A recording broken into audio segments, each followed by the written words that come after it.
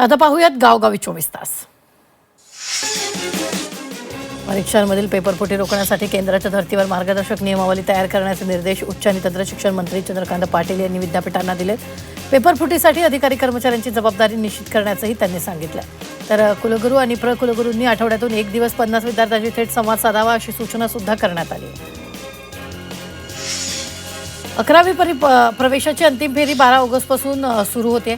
तर 16 ऑगस्टपर्यंत नोंदणी, अर्ज दुरुस्ती आणि महाविद्यालयांचं पसंतीक्रम भरता येतील. प्रवेश वाटप 18 ऑगस्टला होतील. तर 18 ते 20 ऑगस्ट दरम्यान विद्यार्थ्यांना प्रवेश घ्यावा लागणार. विधी प्रवेश प्रक्रियेत 130 महाविद्यालय आणि 7,620 नव्या जागांची भर पडली आहे. त्यामुळे 3 आणि 5 वर्षाच्या विधी अभ्यासक्रमाचे सुधारित वेळापत्रक जाहीर झाले. 3 वर्षीय विधीची पहिली फेरी 14 ऑगस्टला तर 5 वर्षीय विधीची 17 ऑगस्टला जाहीर होईल. एमपीएससीच्या गट क संयुक्त पूर्व परीक्षा 2026 साठी 5,707 जागांसाठी 11,24,000 अर्ज आलेत.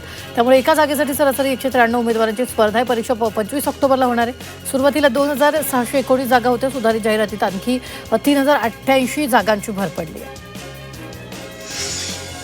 धुळ्यात 15 दिवसानंतर पावसाचं पुनरागमन झालं असून अरुणावती नदीला पूर आलाय. नदीचं पाणी पुलावरून वाहत असल्यानं जोईदा सांगवी रस्ता वाहतुकीसाठी बंद करण्यात आलाय. वाहन चालकांनी या मार्गावर प्रवास टाळण्याचं आवाहन करण्यात आलं.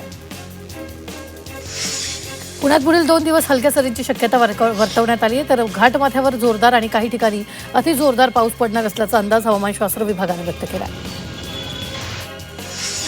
5 दिवसाच्या विश्रांतीनंतर वाशीमध्ये पावसाचं जोरदार पुनरागमन झालंय. अनेक भागात मुसळधार पाऊस झाला आणि पावसामुळे शेतकऱ्यांना मोठा दिलासा मिळाला. तसंच जिल्ह्यातील प्रकल्पाच्या पाणीसाठ्यातही वाढ होण्याची शक्यता आहे.